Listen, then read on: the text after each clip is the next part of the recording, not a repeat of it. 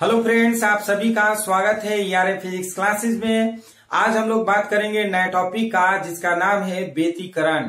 व्यतिकरण से संबंधित जो भी टॉपिक होंगे आज इस वीडियो में पढ़ेंगे।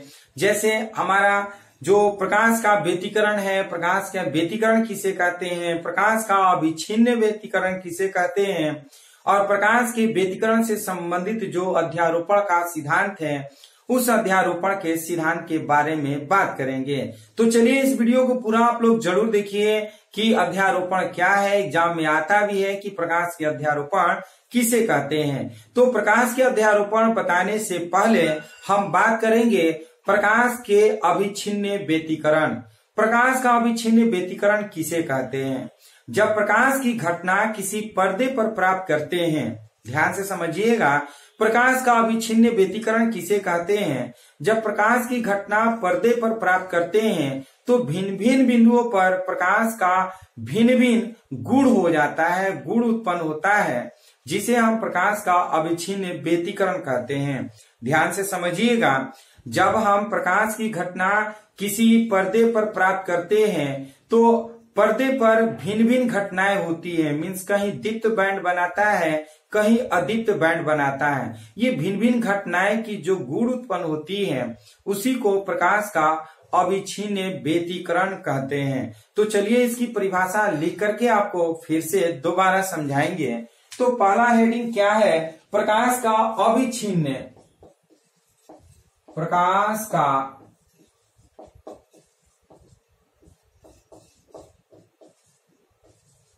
अविच्छिन्न,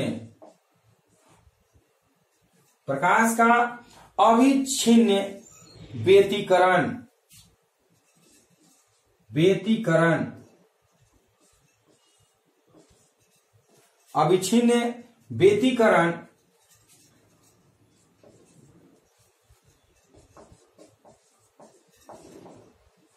जिसको इंग्लिश में बोलते हैं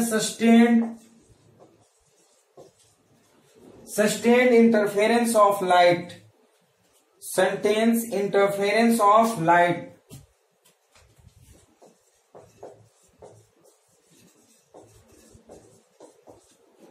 सस्टेन्ड इंटरफेरेंस ऑफ लाइट।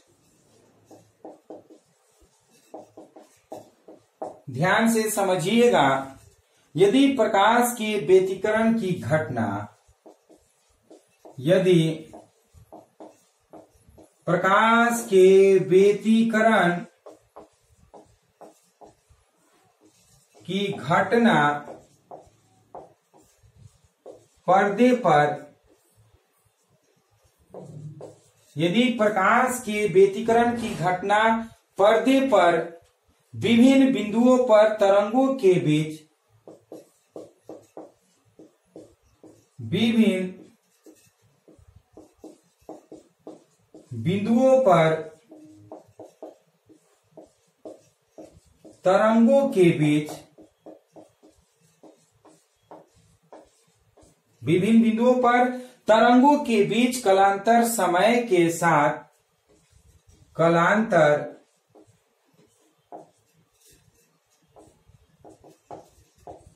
समय के साथ, विभिन्न बिंदुओं पर कालांतर समय के साथ परिवर्तित न हो तो, परिवर्तित न हो तो, परिवर्तित न हो तो पर्दे पर प्राप्त व्यतिकरण, पर्दे पर प्राप्त व्यतिकरण, पर्दे पर प्राप्त व्यतिकरण प्रारूप में दीप्त, व्यतिकरण प्रारूप में दीप्त, व्यतिकरण प्रारूप में दीप्त तथा अदीप्त, दीप्त तथा अदीप्त,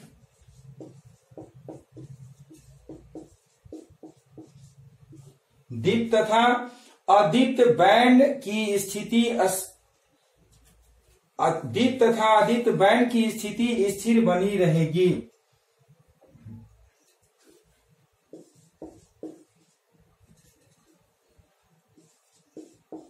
अदीप्त की बैंड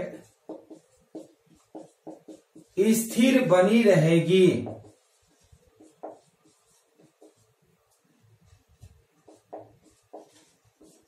स्थिर बनी रहेगी।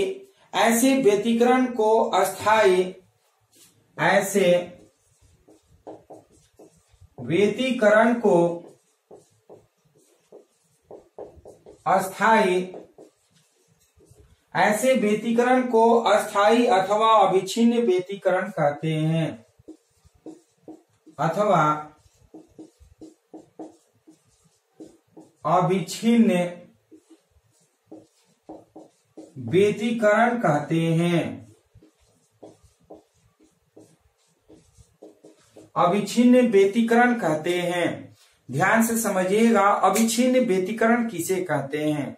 जब प्रकाश की घटना किसी पर्दे पर प्राप्त करते हैं, प्रकाश की घटना किसी पर्दे पर प्राप्त करते हैं, तो पर्दे पर प्राप्त जो व्यतिकरण होती है वो भिन्न भिन्न बिंदुओं पर भिन्न भिन्न गुण को उत्पन्न करती है। जैसे कहीं दीप्त बैंड का निर्माण करती है, कहीं अदीप्त बैंड का निर्माण करती है।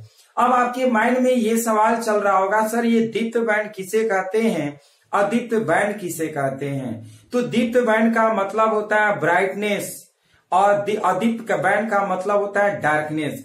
कहीं अगर प्रकाश वो आती है तो कहीं हो सकता है किसी पर्दे पर प्राप्त करते हैं तो उसका कहीं ज्यादा प्रकाश पड़ता है तो दीप्त बैंड बनता है, और जहां प्रकाश कम पड़ता है तो उसे अदीप्त बैंड कहते हैं। तो इसी प्रकाश की घटना जो होती है वो अस्थायी व्यतिकरण को अस्थायी अथवा अविच्छिन्न व्यतिकरण कह देते हैं। एक बार फिर से समझिएगा, ये अविच्छिन्न व्यतिकरण किसे कहते हैं? अविच्छिन्न व्यतिकरण किसे कहते हैं? यदि प्रकाश के व्यतिकरण की घटना, यदि प्रकाश की व्यतिकरण की घटना किसी पर्दे पर प्राप्त करें और पर्दे पर विभिन्न बिंदुओं पर तरंगों के बीच जो कलांतर होता है भिन्न भिन्न होता है, समय के साथ क्या होता है, भिन्न भिन्न होता है, लेकिन वो परिवर्तित नहीं होता है। अर्थात हम कह सकते हैं कि पर्दे पर दीप्त और अदीप्त बैंड का निर्माण कर देता है। मीन्स कहीं ब्राइटनेस हो जाता है, कहीं डार्कनेस हो जाता है, कहीं बहुत उजाला और कहीं बहुत अंधेरा हो जाता है। तो ऐसे प्रक्रिया को ही प्रकाश का हम अस्थायी व्यतिकरण या फिर प्रकाश का हम अविच्छिन्न व्यतिकरण के नाम से जानते हैं। तो इस तरह से आपको समझ में आ ही गया होगा प्रकाश का अविच्छिन्न व्यतिकरण किसे कहते हैं। एक बार फिर से समझिएगा, यदि प्रकाश की व्यतिकरण की घटना पर्दे पर विभिन्न बिंदुओं पर तरंगों के बीच कलांतर समय के साथ परिवर्तित नहीं होती है। जैसे ये प्रकाश आ रहा है, प्रकाश एक सीधे गमन करके किसी पर्दे पर जाती है तो कहीं डार्क हो सकता है, कहीं ब्राइट हो सकता है। ये डार्क और ब्राइट जो होता है वो नियत बन जाता है, उसी को बोलते हैं अस्थायी व्यतिकरण, या हम कह सकते हैं अविच्छिन्न व्यतिकरण। कभी भी अगर प्रकाश हम किसी पर्दे पर प्राप्त करते हैं तो कहीं ज्यादा लाइट पड़ता है और कहीं कम लाइट पड़ता है। इसी के वजह से कोई भी चीज अगर ज्यादा लाइट पड़ता है तो वो चमकता है और कम लाइट पड़ता है तो वहां पर कम दिखाई देता है, मीन्स अंधेरा टाइप का बनता है। तो इस तरह से प्रकाश का अविच्छिन्न व्यतिकरण हो गया। अब बात करेंगे प्रकाश का व्यतिकरण किसे कहते हैं। प्रकाश का व्यतिकरण,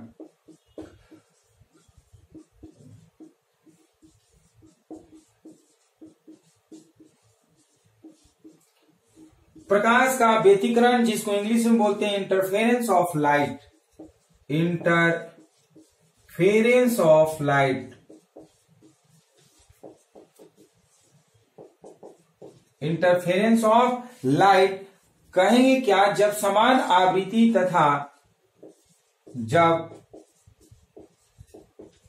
समान आवृत्ति,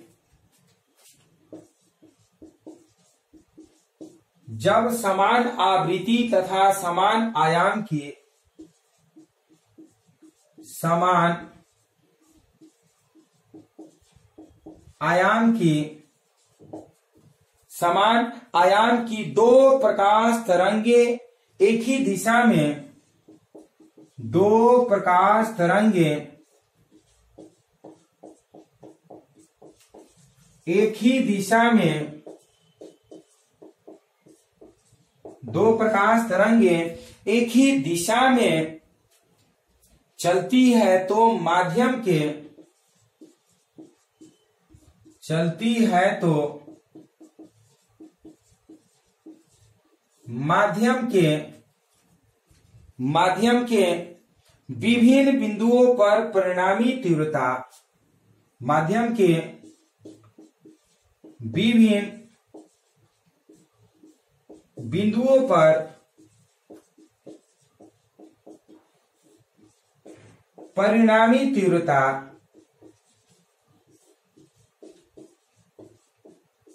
विभिन्न बिंदुओं पर परिणामी तीव्रता उन तरंगों के पृथक पृथक तीव्रताओं के, उन तरंगों के पृथक पृथक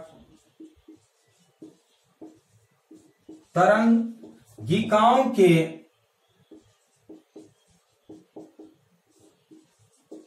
पृथक पृथक तरंगिकाओं के तीव्रताओं, पृथक पृथक तीव्रताओं के योग से बनती है। उन तरंगों के पृथक पृथक, उन तरंगिकाओं की पृथक पृथक तीव्रताओं के योग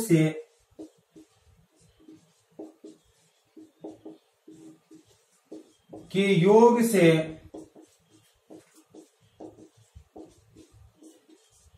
बनती है, पृथक पृथक तीव्रताओं के योग से बनती है। माध्यम के कुछ बिंदुओं पर प्रकाश की तीव्रता, माध्यम के कुछ बिंदुओं पर, माध्यम के कुछ बिंदुओं पर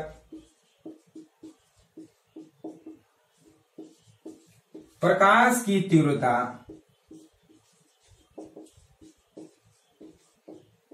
प्रकाश की तीव्रता, कुछ बिंदुओं पर प्रकाश की तीव्रता अधिकतम तथा कुछ बिंदुओं पर प्रकाश की तीव्रता अधिकतम तथा कुछ बिंदुओं पर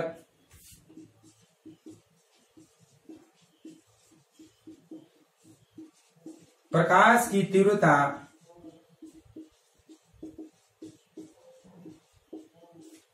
न्यूनतम होती है। प्रकाश की तीव्रता न्यूनतम होती है या अथवा शून्य पाई जाती है, अथवा शून्य पाई जाती है, शून्य पाई जाती है। शून्य पाई जाती है। इस घटना को प्रकाश तरंगों का व्यतिकरण कहते हैं। इस घटना को प्रकाश तरंगों का व्यतिकरण कहते हैं। प्रकाश तरंगों का व्यतिकरण कहते हैं। ध्यान से समझिएगा, प्रकाश का व्यतिकरण किसे कहते हैं। यह हमेशा एग्जाम में पूछता है 2 नंबर में कि प्रकाश का व्यतिकरण किसे कहते हैं। कभी कभी ऑब्जेक्टिव में भी पूछ देता है। जैसे इसका एग्जाम्पल बताएंगे कि सड़क जो होती है वो बरसात के दिनों में गीली रहती है। अगर उस पे गाड़ी चलते हुए तेल गिर जाए तो प्रकाश जब उस पे पड़ता है तो तेल चमकने लगता है, मीन्स उसमें वर्ण रेखाएं उत्पन्न हो जाती है, जिसके कारण हमें वो भिन्न भिन्न कलर के रूप में दिखाई देती है। तो ये घटना जो होती है क्यों होती है। या कभी कभी ये भी पूछता है कि साबुन के जो बुलबुले होती हैं वो रंगीन दिखाई देते हैं, ऐसा क्यों। तो ये सब जो होता है प्रकाश के व्यतिकरण के कारण होता है। एक बार प्रकाश के व्यतिकरण समझ लीजिए। प्रकाश का व्यतिकरण किसे कहते हैं। जब समान आवृत्ति अथवा समान आयाम की दो प्रकाश तरंगे, जब समान आवृत्ति और समान आयाम के दो प्रकाश तरंगे एक साथ चलती है, एक ही दिशा में चलती है, तो माध्यम में विभिन्न बिंदुओं पर परिणामी तरंग की तीव्रता जो होती है उन तरंगों की पृथक पृथक तीव्रताओं के योग से बनती है।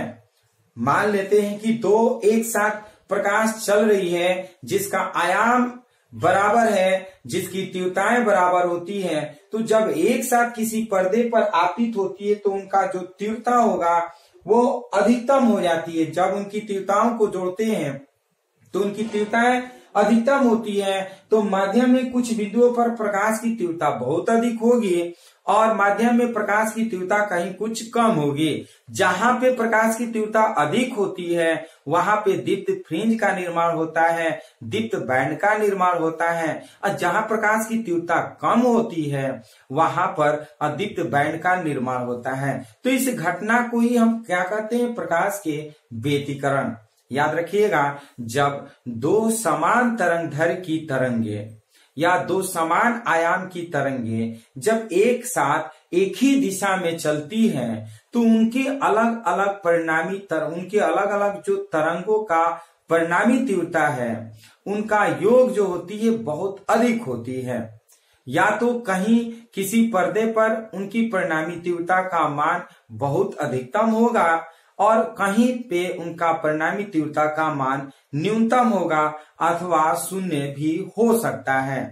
तो ऐसे तरंगे जब उत्पन्न होती हैं किसी पर्दे पर जाकर के पर्दे पर जाती हैं तो वो अधिकतम तीव्रता उत्पन्न करती हैं या फिर न्यूनतम तीव्रता उत्पन्न करती है। जब अधिकतम तीव्रता उत्पन्न करती है तो उसे हम दीप्त बैंड के नाम से जानते हैं, दीप्त फ्रिंज के नाम से जानते हैं, और जब न्यूनतम तीव्रता या शून्य तीव्रता उत्पन्न होती है तो उसे अदीप्त बैंड कह देते हैं, अदीप्त फ्रिंज कह देते हैं। तो ये जो घटनाएं घटित होती है किसी पर्दे पर हम उसको बोलते हैं प्रकाश के व्यतिकरण। तो चलिए हम इसको एग्जाम्पल के रूप में भी समझाएंगे। पहले आप इसे स्क्रीनशॉट ले लीजिए, एग्जाम्पल भी देंगे और इसका ग्राफ भी बना करके आपको बताने की कोशिश करेंगे। तो चलिए आप पहले स्क्रीनशॉट ले लीजिए।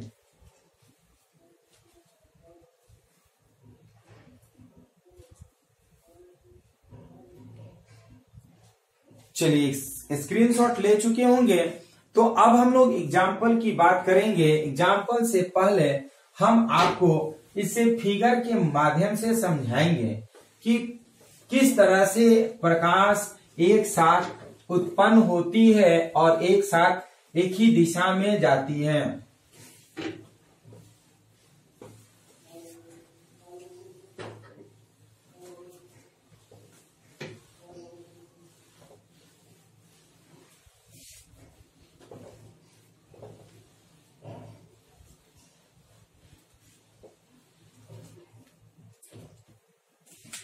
ध्यान से समझिएगा, ये S1 सोर्स है, ये S2 सोर्स है, दोनों की तरंगे एक दिशा में जाती है और इस P पॉइंट पर जो है दोनों का आयाम मान लेते A1 और A2 है।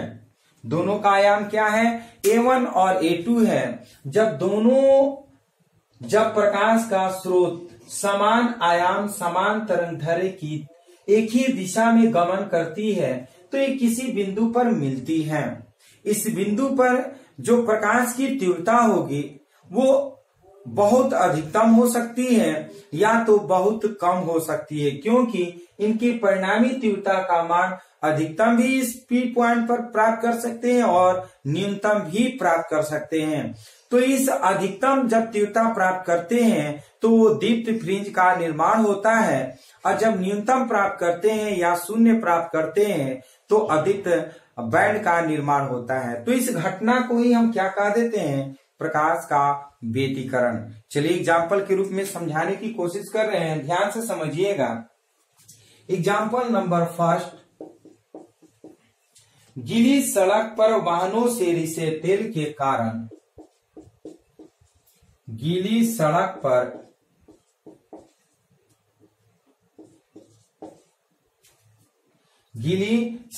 पर वाहनों से रिसे तेल के कारण वाहनों से तेल के कारण वाहनों से रिसे तेल के कारण सड़क पर वर्ण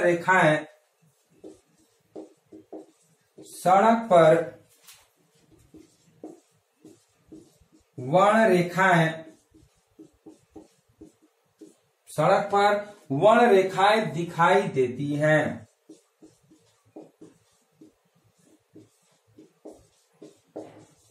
वर्ण रेखाएं दिखाई देती है। ध्यान से समझिएगा, जब प्रकाश की किरण जब गीली सड़क पर पड़ती है और आप देखते हैं कि जब मान लेते हैं रोड पर पानी भरा हुआ है या कहीं कहीं पानी लग जाता है बरसात के दिनों में, और उस पर से अगर कोई गाड़ी गुजरती है तो वो गाड़ी करती क्या है, वो कहीं कहीं तेल गिरा करके चली जाती है, पेट्रोल या डीजल उस पानी पर गिर जाता है।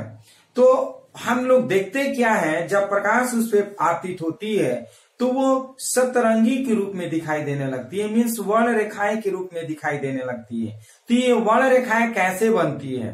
प्रकाश की व्यतिकरण के कारण। याद रखिएगा, ये वर्ण रेखाएं कैसे बनती है?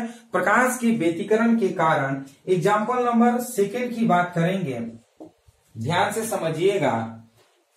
वर्ण रेखाएं पानी पर तेल की वर्ण रेखाएं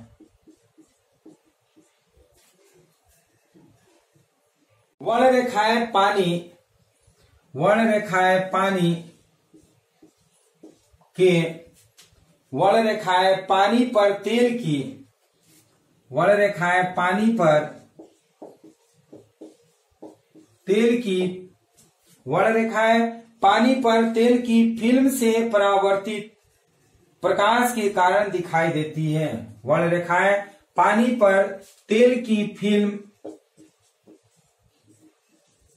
के परावर्तित तेल की फिल्म से परावर्तित प्रकाश के कारण दिखाई देती है। प्रकाश के कारण दिखलाई देती है। ध्यान से समझिए, वर्ण रेखाएं पानी पर तेल की फिल्म से परावर्तित प्रकाश के कारण दिखलाई देती है। जैसे ट्रक, अगर किसी रोड पर पानी भरा है और उस पर से कोई 4 व्हीलर गाड़ी अगर जाता है या ट्रक वगैरह भी जाता है तो कभी कभी तेल गाड़ी से रिस करके उस पे एक फिल्म का निर्माण कर लेता है, पानी के ऊपर एक फिल्म का निर्माण कर लेता है। वो मूवी वाला फिल्म नहीं, ये फिल्म जो होता है ये वर्ण वाली होती है, मीन्स एक वर्ण रेखाएं उत्पन्न हो जाती है उस पानी के ऊपर, उसी को फिल्म बोल देते हैं। और वो फिल्म चमकती हुई दिखाई देती है, कब? जब प्रकाश उस पे आपतित होता है तब। तो वो फिल्म चमकती हुई दिखाई देती है, तो किसके कारण? तो कहेंगे प्रकाश के व्यतिकरण के कारण। एक और एग्जाम्पल आप समझिएगा जो कि बहुत इंपॉर्टेंट है, एग्जाम्पल नंबर 3। प्रकाश के व्यतिकरण के कारण ही प्रकाश के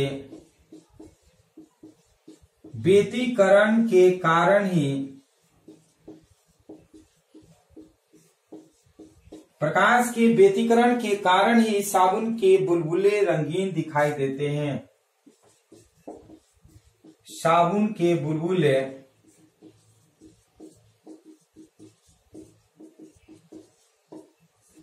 रंगीन दिखाई देते हैं।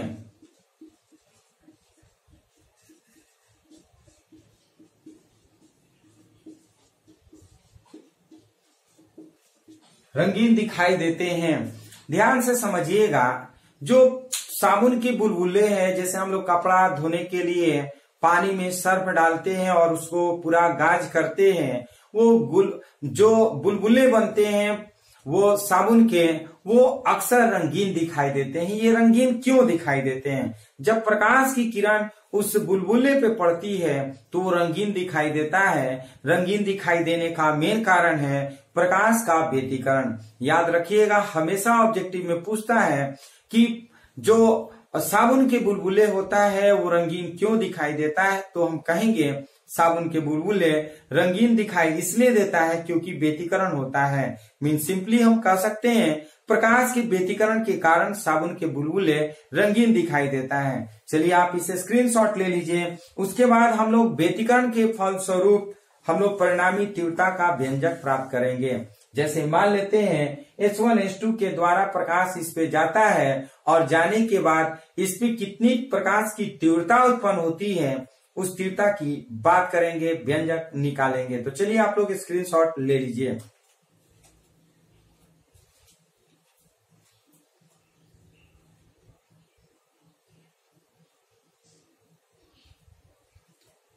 चलिए स्क्रीनशॉट ले चुके होंगे तो हम बात करेंगे, ध्यान से समझिएगा। हेडिंग पहले समझ लीजिए हेडिंग क्या है।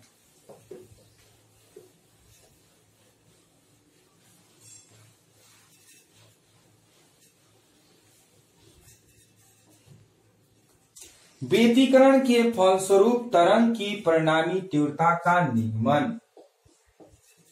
व्यतिकरण के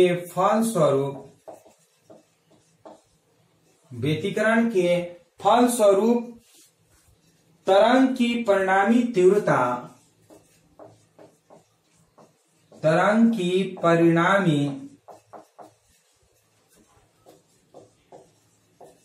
तीव्रता व्यतिकरण के फलस्वरूप तरंग की परिणामी तीव्रता का निगमन। तीव्रता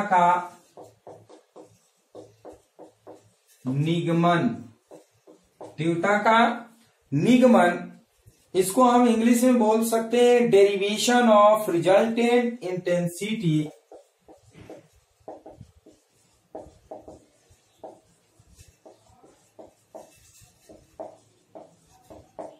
derivation of resultant intensity of wave.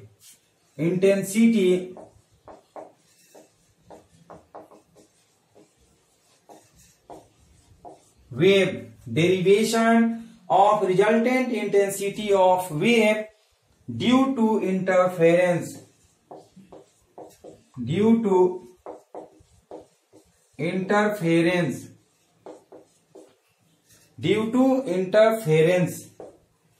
ध्यान से समझिएगा। ये मान लेते हैं S1 जो है, S1 कोई प्रकाश का स्रोत है और H2 प्रकाश का स्रोत है। इस तरह से P पॉइंट पर प्रकाश की स्रोत ये पहुंच रहा है, जिसका आयाम जो है A1 और इसका आयाम जो है वो A2 है। तो P पॉइंट पर जब दो प्रकाश एक साथ जाएंगे तो उसकी तीव्रता में वृद्धि होगी। P पॉइंट पर प्रकाश की तीव्रता अधिकतम होगा। उस तीव्रता का मान हमें ज्ञात करना है। तो चलिए हम इसे मान लेते हैं। इसको हम लोग करते क्या है, माना कि किसी माध्यम में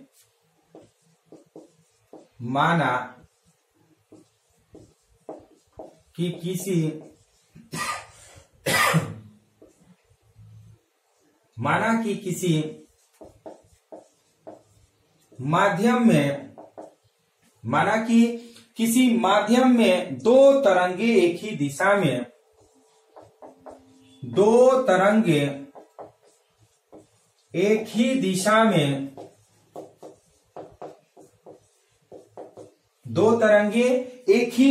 में गति कर रही हैं।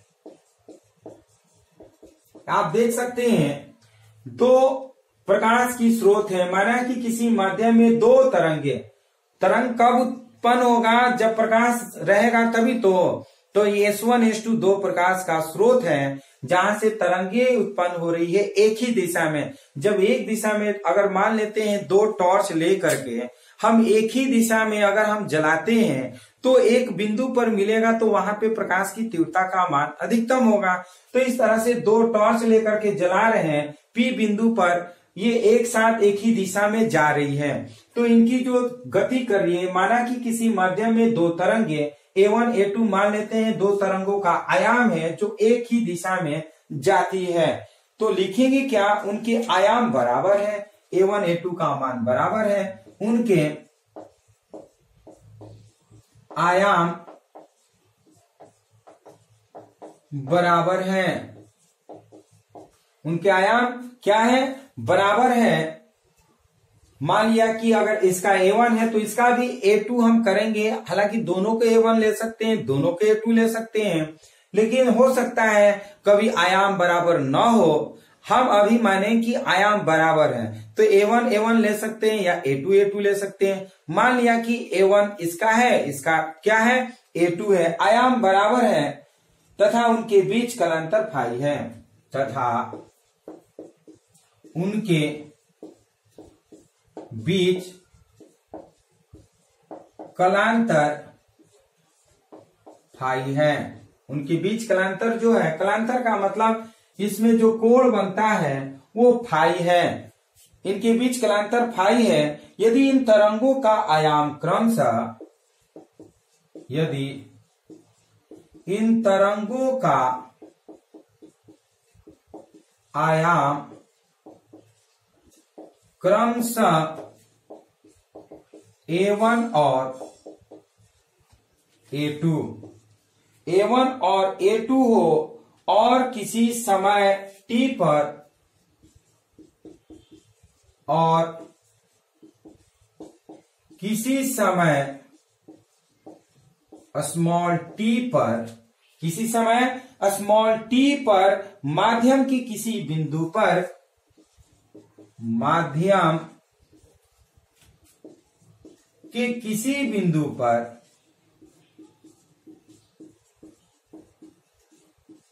माध्यम के किसी बिंदु पर इन तरंगों के कारण विस्थापन, इन तरंगों के कारण विस्थापन Y1 व Y2 हो, Y1 और Y2 हो तब तो हम जानते हैं विस्थापन अगर Y1 का निकालना हो तो हम लिख सकते हैं A1 sin ओमेगा t। क्या लिखेंगे? विस्थापन पहला, अगर प्रकाश का विस्थापन निकालना होगा तो Y1 is equal to A1 sin omega t और Y2 इज इक्वल टू लिख सकते हैं A2 sin omega t plus phi. ये फाई क्या है? इस दोनों के बीच का कलांतर कोण है। ध्यान से समझिएगा। हम लोग मान लिया कि दो प्रकाश का स्रोत है S1 और S2 जिनका आयाम बराबर है A1 और A2। दोनों प्रकाश का स्रोत एक ही दिशा में गमन करते हैं। जब एक दिशा में गमन करते हैं तो मान लिया कि P बिंदु पर वो पहुंच जाते हैं, जिनका विस्थापन A1 के लिए Y1 है और A2 के लिए Y2 है और दोनों के बीच में जो कलांतर है वो फाई है। तो हम विस्थापन पहले प्रकाश के स्रोत का लिख सकते हैं Y1 is equal to A1 sin omega t। पहले प्रकाश का जो स्रोत का विस्थापन होगा वो क्या होगा? Y1 is equal to A1 sin omega t और दूसरे प्रकाश का जो स्रोत होगा Y2 is equal to A2 sin omega t plus phi. ये फाई क्या है? दोनों के बीच में कलांतर है। फाई क्या है? दोनों के बीच में कलांतर है। तो इस तरह से Y1 और Y2 लिख दिए। और जब दो या दो से अधिक प्रकाश की तरंगे होती हैं या विस्थापन होता है तो उनको अध्यारोपण के हिसाब से या सिद्धांत से हम जोड़ देते हैं। तो चलिए इसे आप लोग स्क्रीनशॉट लीजिए, उसके बाद हम लोग अध्यारोपण का बात करेंगे। अध्यारोपण के सिद्धांत से दोनों के मान को जोड़ेंगे।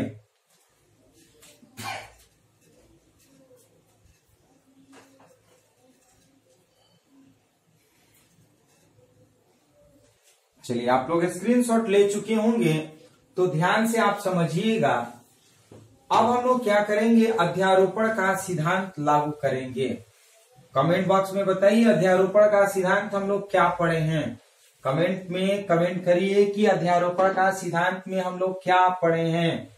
क्या आप लोग जानते हैं अध्यारोपण का सिद्धांत? अभी हम बताए हैं अध्यारोपण का सिद्धांत। ध्यान से समझिएगा। अध्यारोपण के सिद्धांत से y is equal to y1 plus y2, y1 की जगह पर लिख सकते हैं a1 sign omega T plus y2 की जगह पर लिख सकते हैं a2 sign omega T plus five. ये ओमेगा टी है और ये फाई है, ध्यान से समझिएगा। ये ओमेगा टी प्लस फाई है। क्या है? Omega T plus phi. अब इसको हम मिटा दे रहे हैं। आप देखिएगा y इज इक्वल टू, इसको लिख सकते हैं a1 sign omega T plus, अब a2 है और into sine omega T plus five. आप कमेंट बॉक्स में बताइए कि साइन a प्लस बी का फॉर्मूला क्या होता है। यदि आपको मालूम है साइन a प्लस बी तो कमेंट बॉक्स में बताइए कि साइन a प्लस बी का फॉर्मूला क्या होता है। अगर नहीं मालूम है तो यहां पर हम लिख दे रहे हैं sin sine a plus B is equal to sine a into cos B plus cos A into sine B. ये फॉर्मूला होता है। इस फॉर्मूले को आप लोग याद जरूर रखे रहिएगा। इसी फॉर्मूले पे इसको तोड़ेंगे तो लिख सकते हैं a2 sign omega T into cos five और प्लस लिख सकते हैं a2 cos omega T into sine five.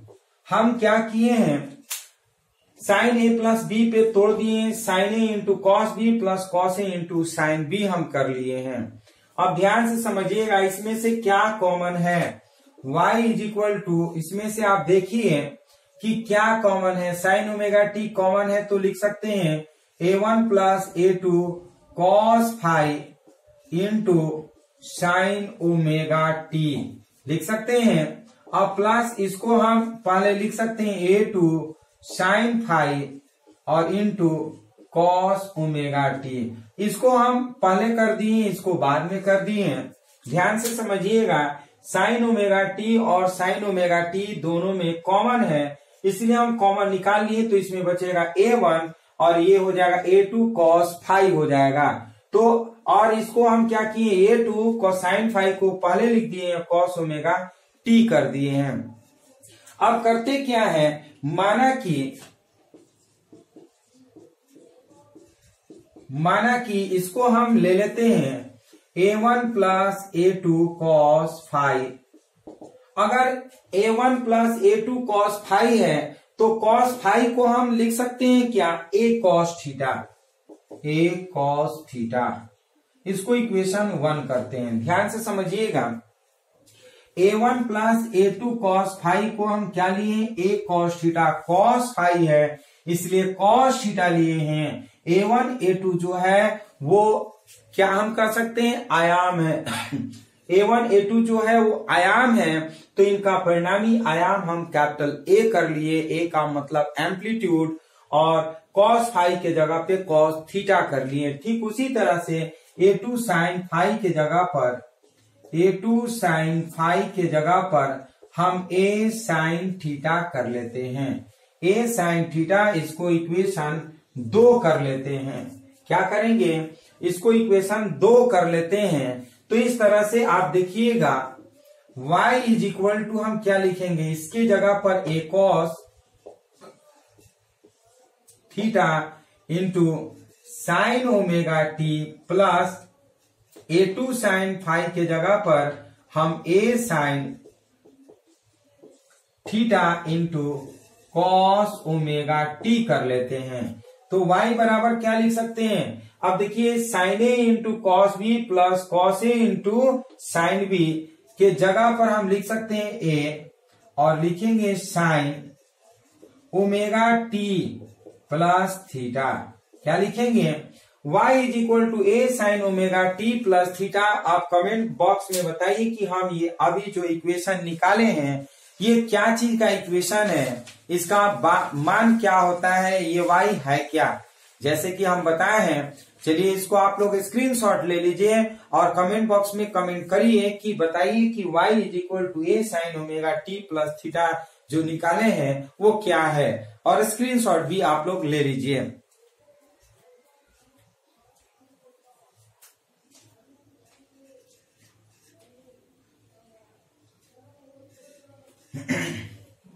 चलिए स्क्रीनशॉट ले चुके होंगे तो आपको एक बार फिर बताना चाहेंगे कि ये जो है प्रकाश का जो हम कह सकते हैं कि जो विस्थापन है उन विस्थापन का एक परिणामी है।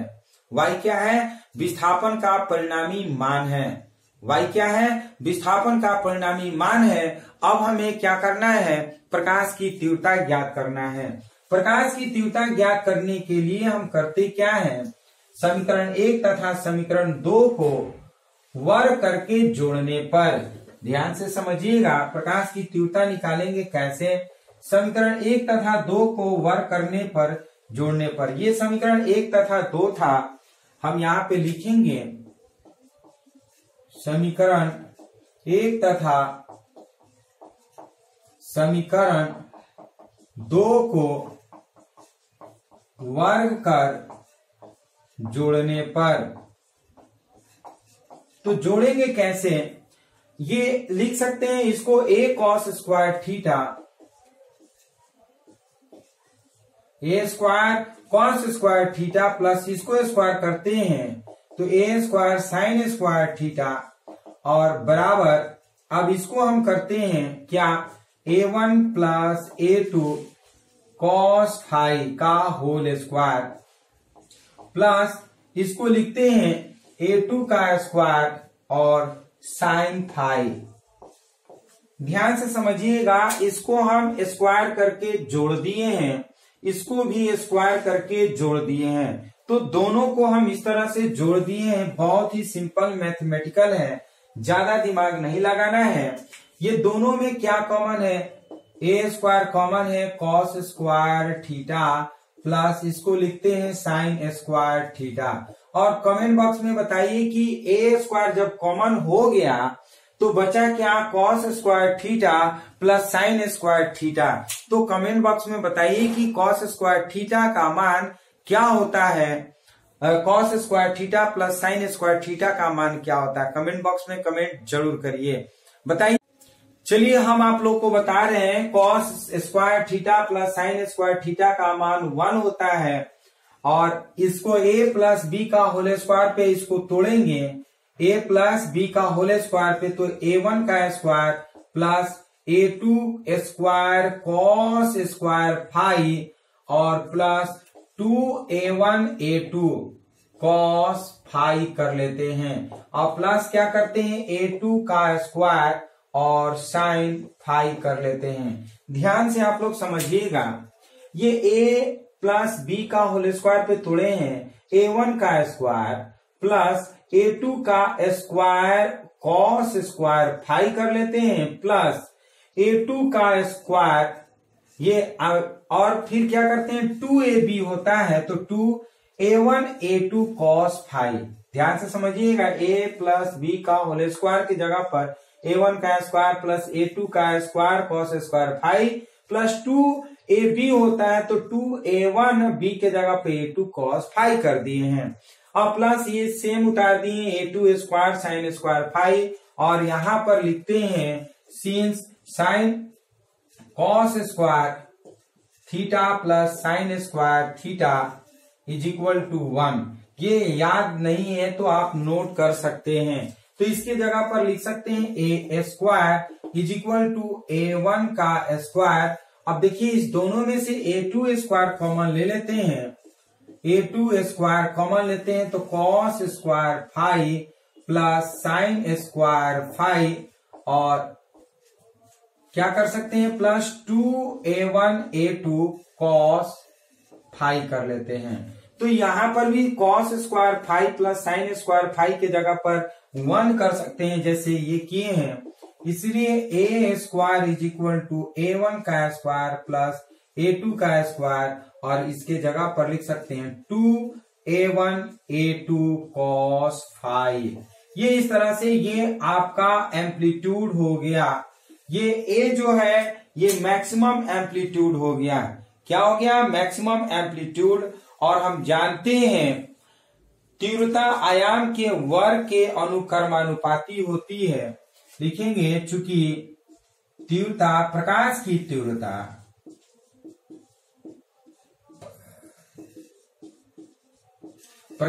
तीव्रता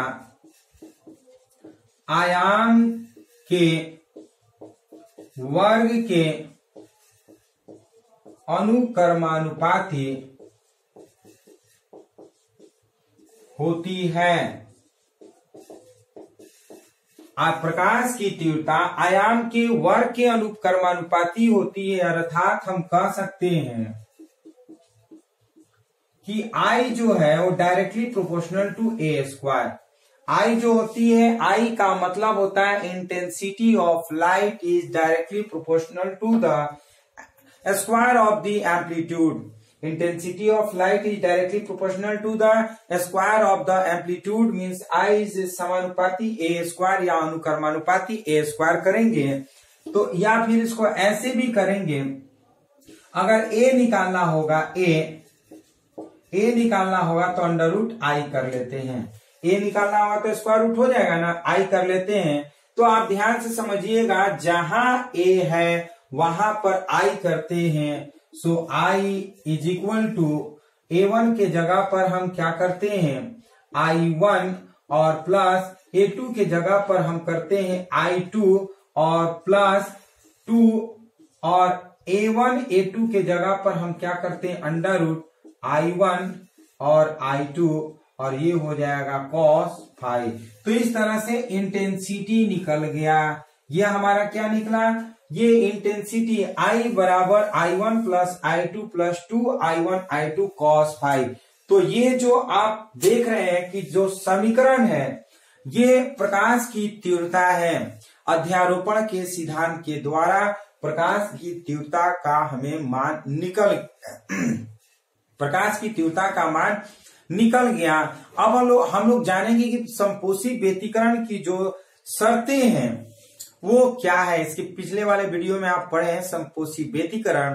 अगर संपोषी व्यतिकरण की शर्तें निकालना होगा तो क्या हम कर सकते हैं, ध्यान से समझिएगा। उसको बताने से पहले आप ये देख लीजिए कि अगर अधिकतम तीव्रता अगर पूछ रहा है न, प्रकाश की अधिकतम तीव्रता पूछेगा तो हम उसका मान क्या लिख सकते हैं, और प्रकाश की न्यूनतम तीव्रता पूछेगा तो उसका मान क्या लिख सकते हैं। तो इसको बताने के पहले क्या करिए, इसे आप स्क्रीनशॉट ले लीजिए। उसके बाद प्रकाश की अधिकतम तीव्रता और प्रकाश की न्यूनतम तीव्रता बताएंगे और दोनों का अनुपात बताएंगे, और उस पर हम लोग न्यूमेरिकल भी बनाएंगे, और उसके बाद ये वीडियो समाप्त करेंगे। तो चलिए इसे आप लोग स्क्रीनशॉट ले लीजिए। उसके बाद प्रकाश का अधिकतम तीव्रता और प्रकाश की न्यूनतम तीव्रता की बात करेंगे।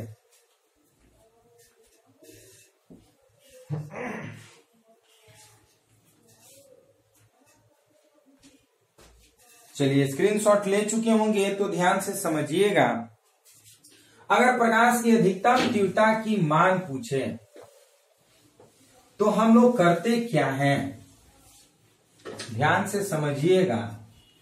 प्रकाश की अधिकतम तीव्रता का मान पूछे तो क्या कहेंगे, या प्रकाश की तीव्रता का गुणांक कहे तो क्या करेंगे, ध्यान से समझिएगा।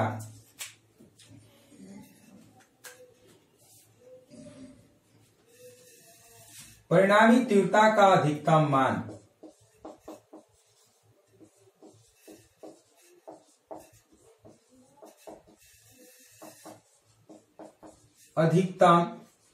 मान जब theta is equal to 0 degree हो तब।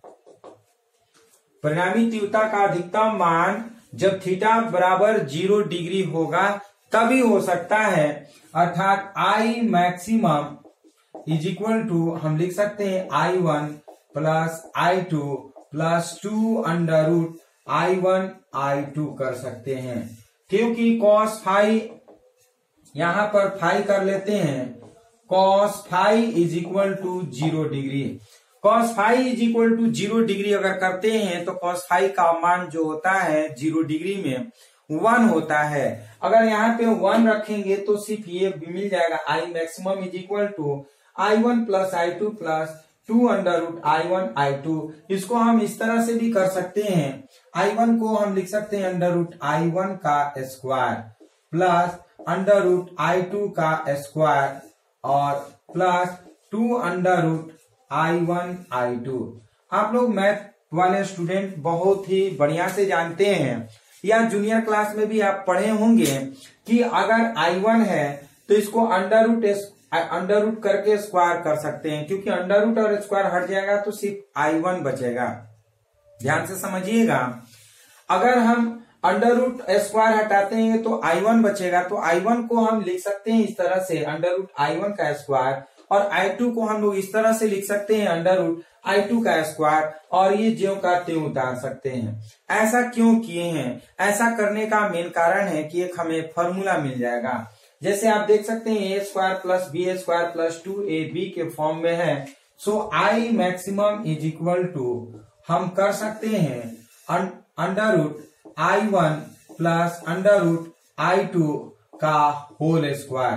क्या कर सकते हैं? I maximum is equal to under root I1 plus under root I2 का होल स्क्वायर हम कर सकते हैं। और चूंकि आप जानते हैं इसके जगह पर अंडर रूट I1 हम लोग पढ़े हैं I समानुपाती a स्क्वायर, या फिर a इज इक्वल टू पढ़े हैं अंडर रूट I, ये पढ़े हैं ना, अभी पढ़े हैं, तो I अंडर रूट I के जगह पर a कर लेते हैं। So I maximum is equal to इसके जगह पर A1 कर लेते हैं, इसके जगह पर A2 कर लेते हैं, और इसको कर लेते हैं स्क्वायर कर लेते हैं। तो ये हो गया मैक्सिमम प्रकाश की तीव्रता। ये मैक्सिमम प्रकाश की तीव्रता ये जो है under root I1 plus under root I2 का स्क्वायर कर सकते हैं, या I maximum is equal to under root means A1 plus A2 का स्क्वायर कर सकते हैं। तो इस तरह से प्रकाश की तीव्रता निकल गया अधिकतम। अगर न्यूनतम की बात करें ना हो तो क्या करेंगे? परिणामी तीव्रता का न्यूनतम मान, परिणामी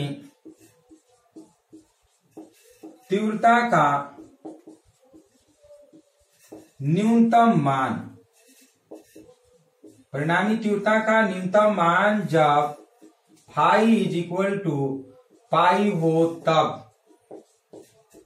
ध्यान से समझिएगा, जब फाई का वैल्यू पाई हो, पाई का मतलब 180 डिग्री, तब उस कंडीशन में जो परिणामी तीव्रता का मान होगा वो न्यूनतम होगा। कैसे? आप ध्यान से समझिएगा, I minimum is equal to I1 plus I2 और प्लस ये कर लेते हैं minus 2 under root I1 I2 कर लेते हैं, और यहाँ पे दिखाएंगे चूंकि cos pi is equal to हमारा -1 होता है। हम क्या करते हैं? cos फाई के जगह पर पाई यूज करते हैं, और cos पाई का मान जो होता है -1 होता है। तो इस तरह से ये हमारा हो जाएगा I minimum is equal to I1 plus I2 minus 2 under root I1 I2। तो हम इसको ऐसे भी लिख सकते हैं अंडर रूट I1 का square plus under root I2 का स्क्वायर और minus 2 under root I1 I2। जैसे ऊपर हम किए हैं ठीक उसी तरह से नीचे भी कर सकते हैं, या फिर लिख सकते हैं I minimum is equal to ये under root I1 plus under root I2 का होल स्क्वायर। यहाँ पे प्लस नहीं होगा, माइनस होगा, क्योंकि a square plus B square minus 2ab है, तो हम लिख सकते हैं माइनस b का होल स्क्वायर, या फिर I minimum is equal to हम कर सकते हैं अंडर रूट I1 के जगह पर a1 माइनस a2 का होल स्क्वायर। तो इस तरह से I मिनिमम और I मैक्सिमम निकल गया, यानी कि प्रकाश के व्यतिकरण के सिद्धांत पर प्रकाश की अधिकतम तीव्रता का मान और प्रकाश की न्यूनतम तीव्रता का मान निकाल चुके हैं। और आपको अब अनुपात की बात करेंगे, प्रकाश की अगर अनुपात पूछे कि अधिकतम तीव्रता का अनुपात बताइए, अब प्रकाश की अधिकतम तीव्रता और न्यूनतम तीव्रता का अनुपात बताइए तो कैसे हम करेंगे। चलिए इसको आप स्क्रीनशॉट ले लीजिए। उसके बाद हम लोग अधिकतम तीव्रता और न्यूनतम तीव्रता का मान भी हम लोग ज्ञात करेंगे कि उनका रेशियो में क्या होता है। इसको स्क्रीनशॉट ले लीजिए।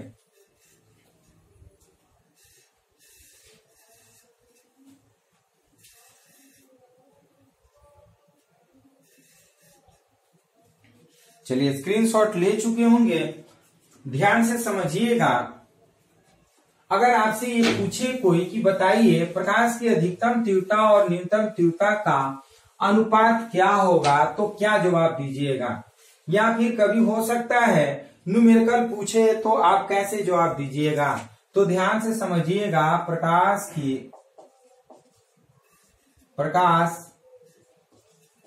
की अधिकतम तीव्रता और न्यूनतम तीव्रता का अनुपात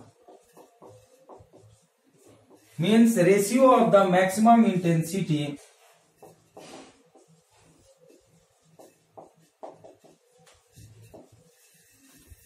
ratio of maximum and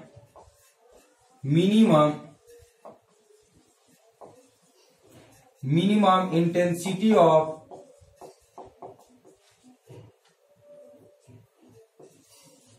light, ratio of maximum and minimum intensity of light की बात करते हैं तो I maximum bye I minimum. हम लोग अभी पढ़े आई मैक्सिमम के जगह पर A1 प्लस A2 का होल स्क्वायर और बाय आई मिनिमम के जगह पर A1 माइनस A2 का होल स्क्वायर। इतना आप लोग अभी पढ़ चुके हैं। अब ज्यादा दिमाग नहीं लगाना है, बस थोड़ा सा करना क्या है, इसमें दोनों तरफ यानी कि हम A से लिखते हैं क्या, A2 से भाग देने पर,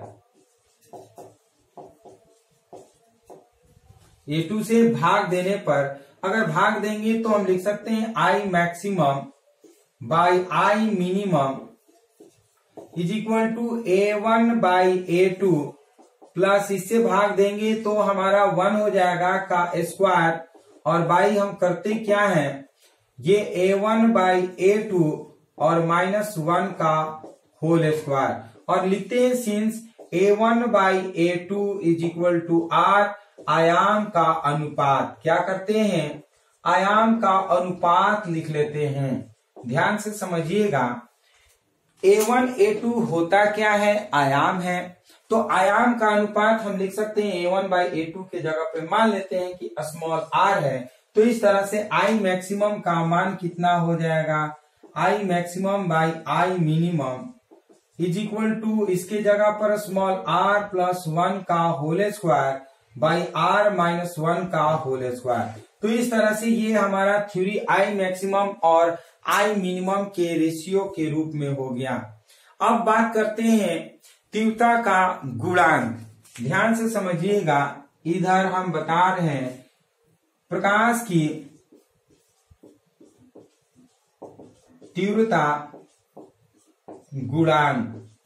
प्रकाश की तीव्रता गुणांक की बात करें तो tan theta is equal to क्या करते हैं, tan थीटा, या फिर ऐसे भी इसको कर सकते हैं समीकरण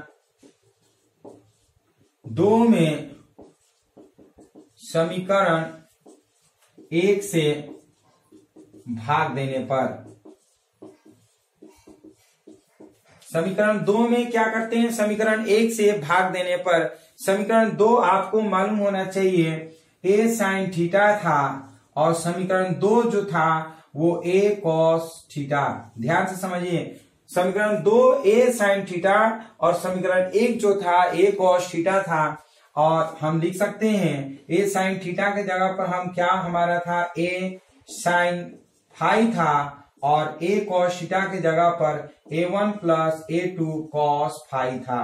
अब a कट जाएगा, so tan theta is equal to a sin phi और by a1 plus a2 cos phi. इस तरह से ये tan थीटा आप देख रहे हैं, ये प्रकाश की तीव्रता का गुणांक है। ये tan थीटा जो देख रहे हैं वो क्या है, प्रकाश की तीव्रता का गुणांक है। हम करते क्या है, समीकरण 2 में समीकरण 1 से भाग दे देते हैं। इसके पहले हम लोग माने थे समीकरण 1 किसको, ये समीकरण 1 को हम माने थे a1 plus a2 cos phi को a cos थीटा माने थे और a sin फाई को हम a sin थीटा माने थे। तो इस तरह से समीकरण 2 में समीकरण 1 से भाग देते हैं। तो ये जो tan थीटा आता है ये गुणांक हो गया किसका, तो प्रकाश की तीव्रता का गुणांक। ये प्रकाश की तीव्रता का गुणांक है और प्रकाश की तीव्रता और न्यूनता का मान जो होता है, प्रकाश की अधिकतम तीव्रता और न्यूनतम तीव्रता का जो अनुपात होता है, ये हम कर सकते हैं या ये भी कर सकते हैं। तो चलिए ये आप स्क्रीनशॉट ले लीजिए।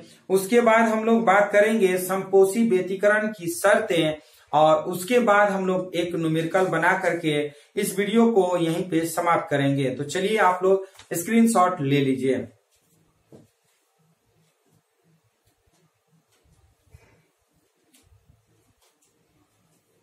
चलिए स्क्रीनशॉट ले चुके होंगे तो हम बात करने जा रहे हैं समपोषी व्यतिकरण के लिए शर्तें। समपोषी व्यतिकरण का शर्त क्या होना चाहिए।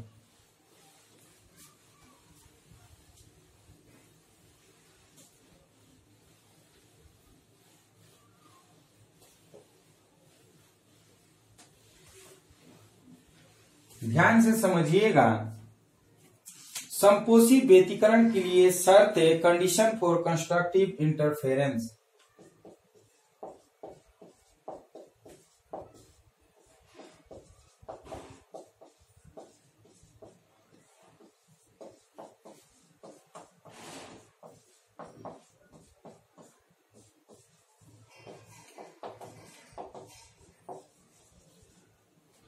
Condition for constructive interference, condition for constructive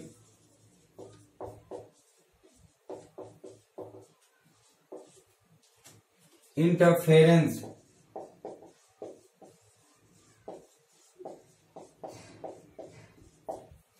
condition for constructive interference समपोषी व्यतिकरण अर्थात अधिकतम तीव्रता के लिए समपोषी व्यतिकरण अर्थात अधिकतम तीव्रता के लिए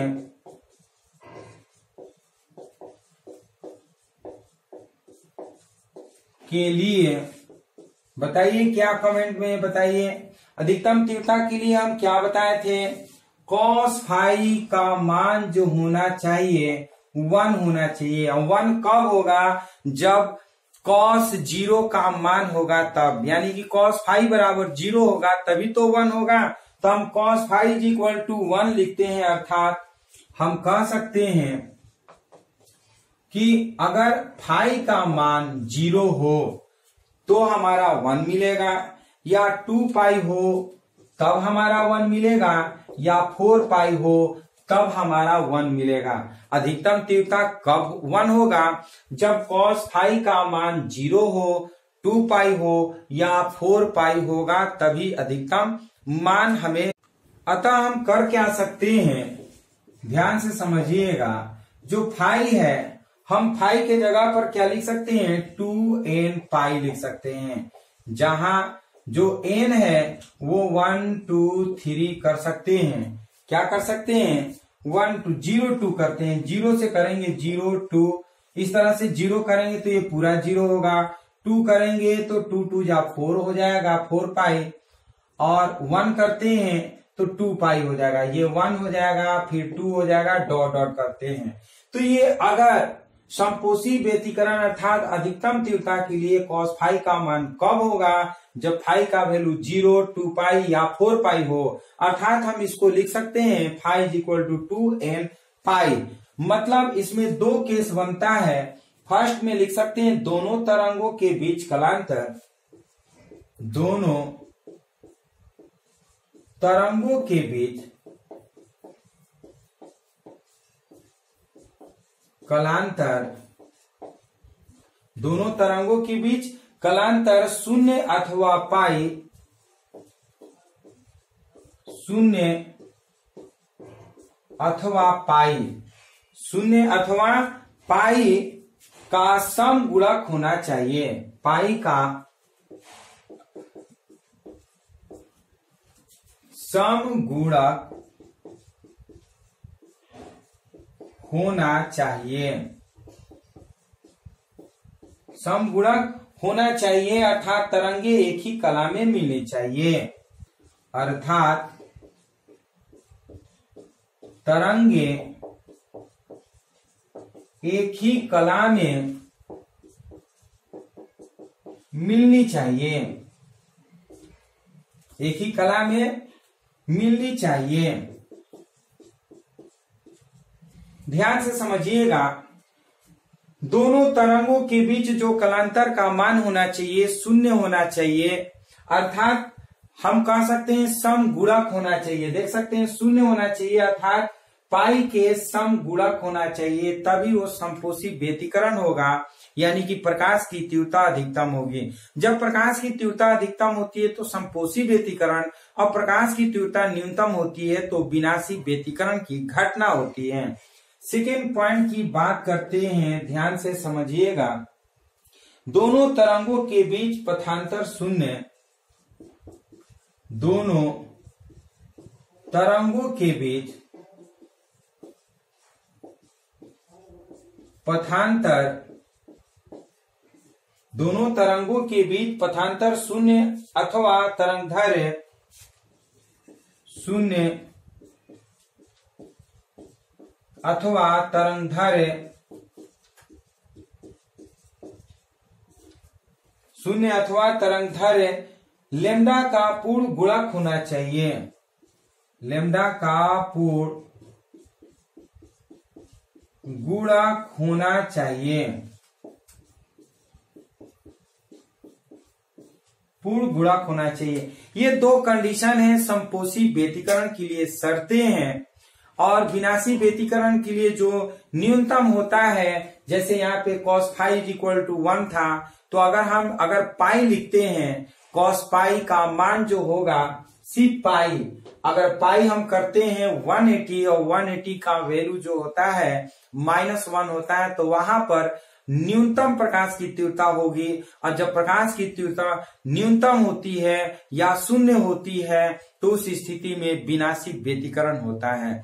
तो चलिए इसे स्क्रीनशॉट ले लीजिए, और ये आप लोग भी थोड़ा सा वेट कर लीजिए। मीन्स एक छोटा सा न्यूमेरिकल बता रहे हैं, आप लोग भी बनाइए, कमेंट बॉक्स में कमेंट करिएगा कि इसका आंसर कितना होगा। देखिए कभी कभी क्या होता है कि जो टॉपिक होता है, अब जैसे इस टॉपिक में हम लोग व्यतिकरण से संबंधित सारी चीजें थ्योरी के बारे में पढ़ लिए, तो हम सोच रहे हैं कि थोड़ा सा लेट हो जाए, लेकिन आप इस टॉपिक में पूरी तरह से कॉन्सेप्ट क्लियर समझ लीजिए, थ्योरी के साथ न्यूमेरिकल भी। अगर न्यूमेरिकल नहीं बनाते हैं तो फिर प्रॉब्लम हो जाती है थ्योरी समझने में, और इस थ्योरी पे किस तरह से न्यूमेरिकल पूछता है इसको भी जानना बहुत जरूरी होता है। बहुत सारे लोग बीच में भाग रहे हैं, तो भागने से काम नहीं चलेगा, इसलिए आप पूरा इस वीडियो को देखिए। एक लास्ट न्यूमेरिकल है, उसके बाद हम लोग यहीं पे उस वीडियो को समाप्त करेंगे उस न्यूमेरिकल के बाद। तो एक न्यूमेरिकल आप लोग पढ़ लीजिए और बनाइए, कमेंट बॉक्स में बताइएगा कि उसका आंसर आपका कितना आया है, और इसे आप लोग स्क्रीनशॉट ले लीजिए। उसके बाद लास्ट न्यूमेरिकल आप लोग को बताएंगे।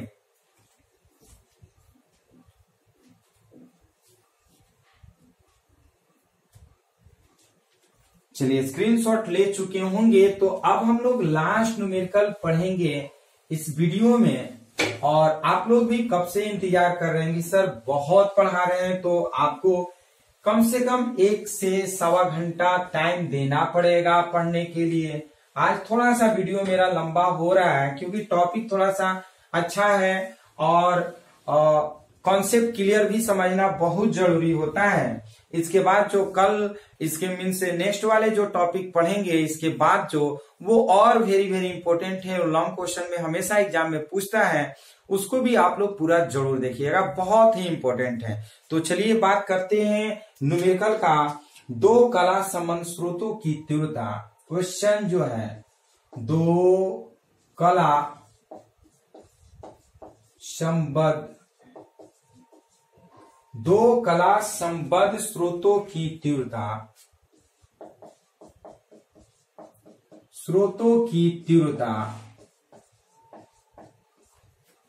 दो कला संबद्ध स्रोतों की तीव्रता का अनुपात 100:1 है।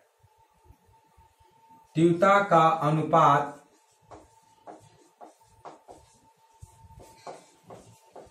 100:1 है। तीव्रता का अनुपात 100:1 है। उनके प्रकाश के अध्यारोपण से,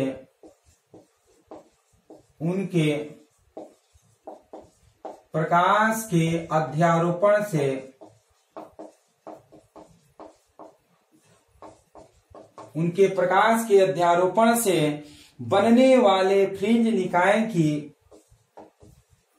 बनने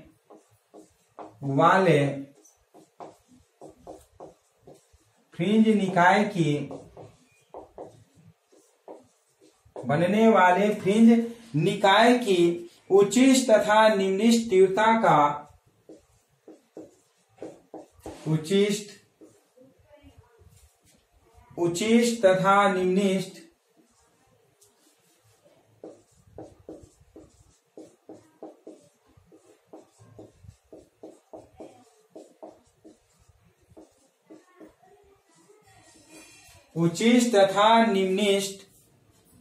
तीव्रता का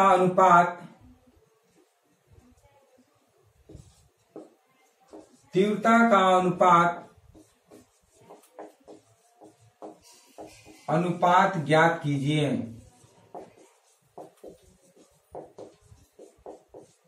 तीव्रता का अनुपात ज्ञात कीजिए। ध्यान से समझिएगा। क्वेश्चन, दो कला संबंध स्रोतों की तीव्रता का अनुपात 100:1 है। उनके प्रकाश के अध्यारोपण से बनने वाले फ्रिंज निकाय की उच्चिष्ट तथा निम्निष्ट तीव्रता का अनुपात ज्ञात कीजिए।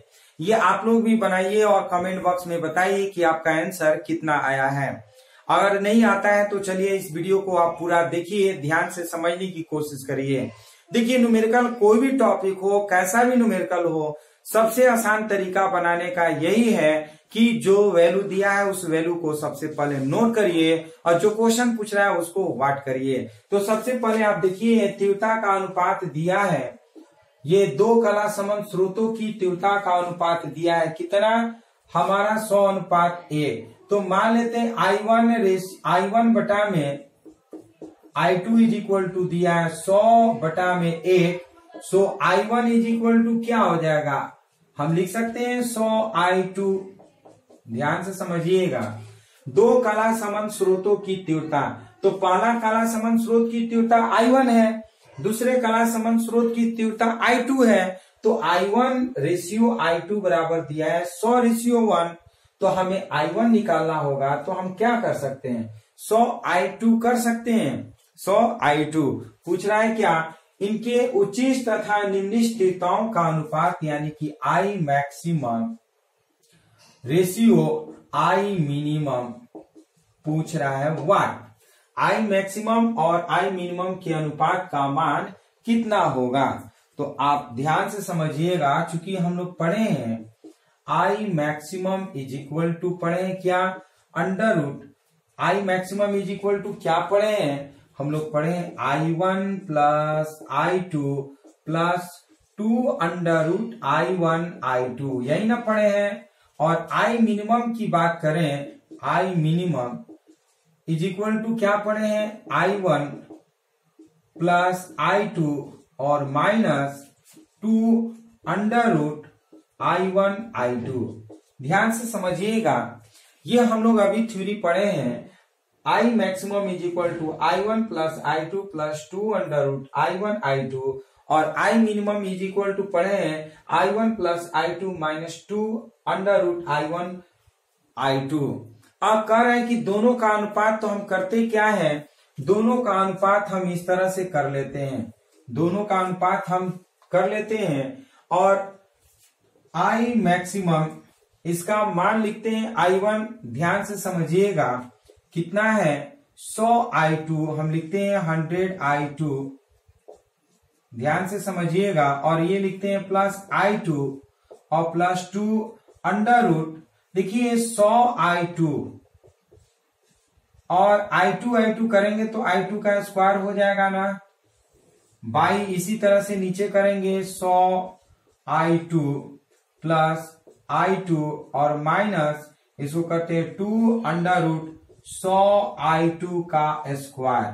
ये ध्यान से समझिएगा, 100 और 101 I2 हम कर सकते हैं, प्लस ये देखिए 100 I2 का स्क्वायर है, अंडर रूट 100 I2 का स्क्वायर हमारा कितना हो जाएगा, 100 का स्क्वायर रूट करेंगे तो 10 और I2 का स्क्वायर करेंगे तो I2 हो जाएगा, यानी कि 10 गुना 20 हो जाएगा I2।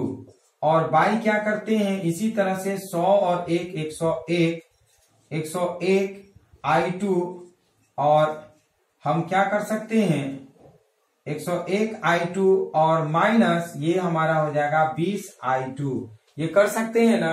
अब यहां पे देखिए, सो I maximum is equal I maximum by I minimum, I maximum by I minimum, देखिए 101 I2 प्लस 20 I2 कितना होगा, 101 I2 और 20 I2 हम लिख सकते हैं 121 I2 और बटा में 101 में से अगर 20 को घटाएंगे तो कितना होगा 81 I2।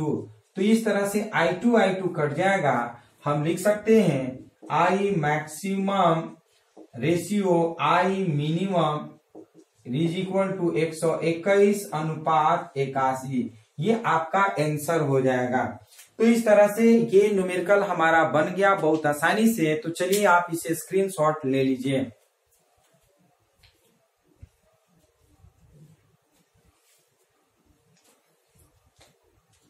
चलिए स्क्रीनशॉट ले चुके होंगे। तो ये न्यूमेरिकल बहुत ही आसान था, बस करना क्या था कि जो वैल्यू दिया था, जैसे I1 और I2 का अनुपात दिया है 100:1 तो लिख लिए, उसके बाद I1 पूछेगा तो हम 100 I2 कर लेते हैं। पूछ रहा है कि उच्चिष्ट प्रकाश की तीव्रता और निम्निष्ट प्रकाश की तीव्रता का अनुपात ज्ञात कीजिए, तो हम I maximum ratio I minimum का मान वर्ट कर लेते हैं।